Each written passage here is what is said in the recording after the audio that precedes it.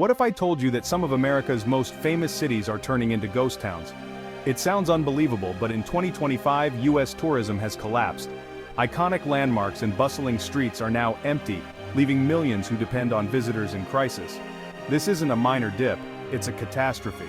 Cities like Las Vegas, New York, and Orlando, built on tourism, are facing economic disaster. Businesses are shuttered, hotels are vacant, and jobs are vanishing. Today, we'll explore the 7 cities hit hardest by this collapse. We'll walk their empty streets, meet those affected, and uncover why this downturn is so severe. Stick with me as we reveal which cities are struggling most, and why. First up, Las Vegas. The city that never sleeps, or at least it used to.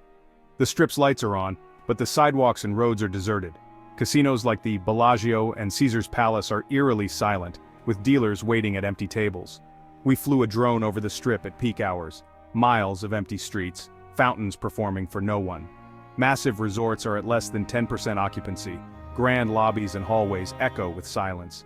Every business here, restaurants, shows, souvenir shops, is struggling. We spoke to a restaurant owner who laid off 80% of his staff and may not last another month. World-famous shows are canceled, their billboards now grim reminders of a paused industry. Performers and staff are out of work, and the city's lifeblood is dried up. Why? Economic fears, expensive travel, and airline consolidation have made spontaneous trips rare. Vegas relied on a constant flow of visitors and had no backup plan. Now, luxury suites go for motel prices, but travelers aren't coming. Las Vegas built its empire on escape and fantasy, but in 2025, reality is a nightmare. The city is fighting back with deals and promotions, but it's not enough. The soul of Vegas is missing, and no one knows when or if the party will return. This is just the first city on our list, and it's already this bad. The ripple effect is massive, touching every corner of the city. Vegas is holding its breath, waiting for a comeback that may never arrive. The house always wins, except now. Next, Orlando, the theme park capital of the world, now eerily quiet. Once welcoming 150,000 visitors a day, the parks are nearly empty. We parked at the front gate of a massive theme park. Rows of empty spaces told the story. Inside, cheerful music plays to empty streets. Costumed characters wave to no one. Rides that once had hours-long waits now have no lines at all. The local economy, built around these parks, is in freefall. Hotels and restaurants along International Drive are deserted with "for lease" signs everywhere. Even $30 hotel rooms can't attract guests. A family-run souvenir shop showed us unsold merchandise gathering dust. They haven't had a profitable week in months. The culprit? Families can't afford expensive vacations amid rising costs and uncertainty. Orlando's core audience has disappeared, and the city is panicking. Ticket prices are slashed, new events are launched, but it's not enough. The city faces an identity crisis. If it's not the world's top family destination, what is it? The magic is gone, and no one knows how to bring it back. The parks are open, but the crowds and the energy are missing. Orlando's future is uncertain, and the stakes couldn't be higher. The city is searching for answers, but time is running out. The happiest place on earth is now the emptiest.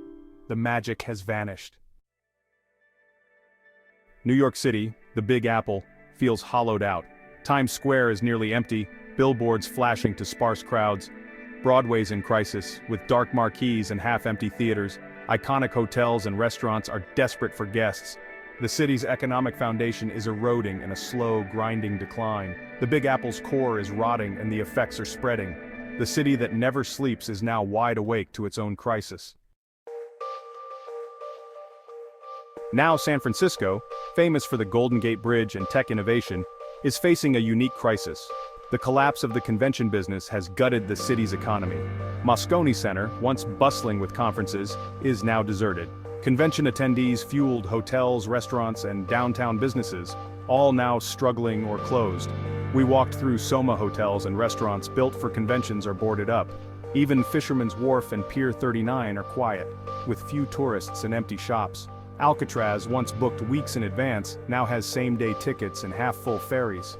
The city's iconic cable cars run with more empty seats than passengers. The rise of virtual conferences, high costs, and safety concerns have driven business away.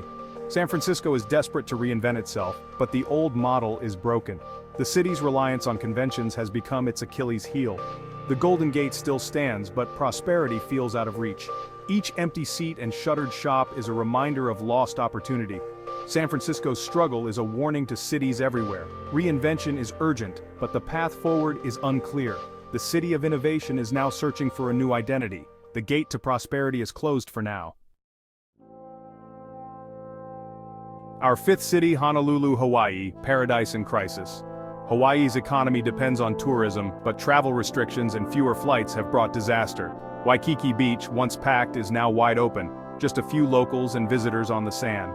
Iconic hotels like the Royal Hawaiian are nearly empty, with closed floors and silent lobbies. The problem is Access Airlines have cut routes, making it expensive and difficult to visit.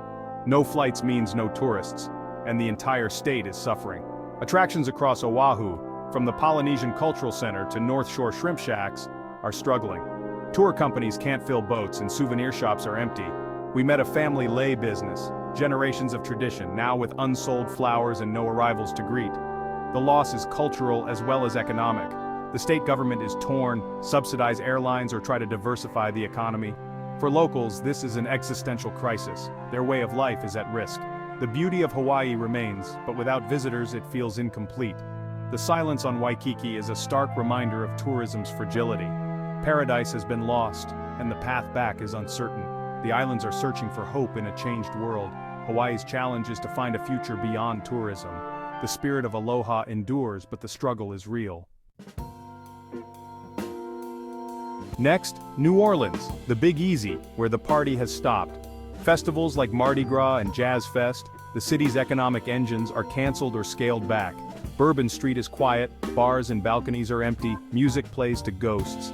The loss of Mardi Gras is devastating. Hotels, restaurants, and bars depend on it for survival.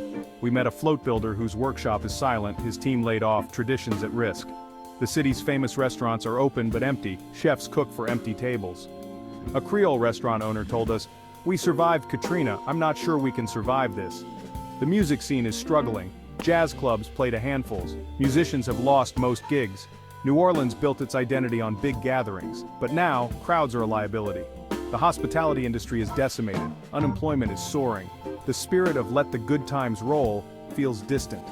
The city is trying smaller events and promoting its food and history, but it's a tough sell. The music hasn't stopped, but it's playing a much sadder tune. New Orleans is resilient, but this crisis is testing its soul.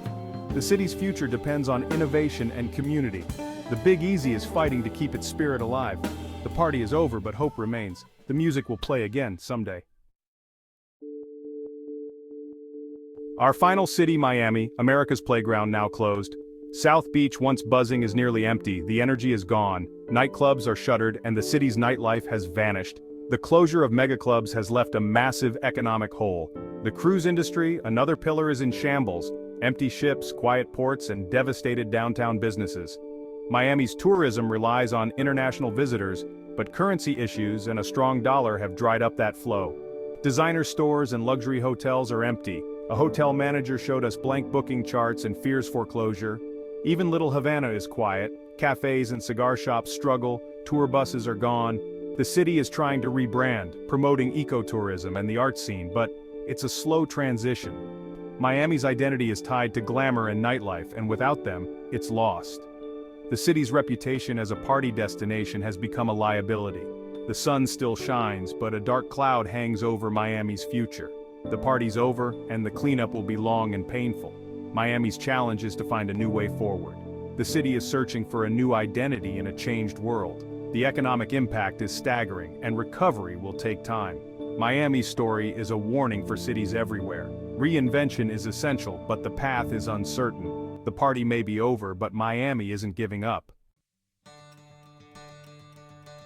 7 iconic cities, Las Vegas, Orlando, New York, San Francisco, Honolulu, New Orleans, and Miami, each facing an unprecedented crisis.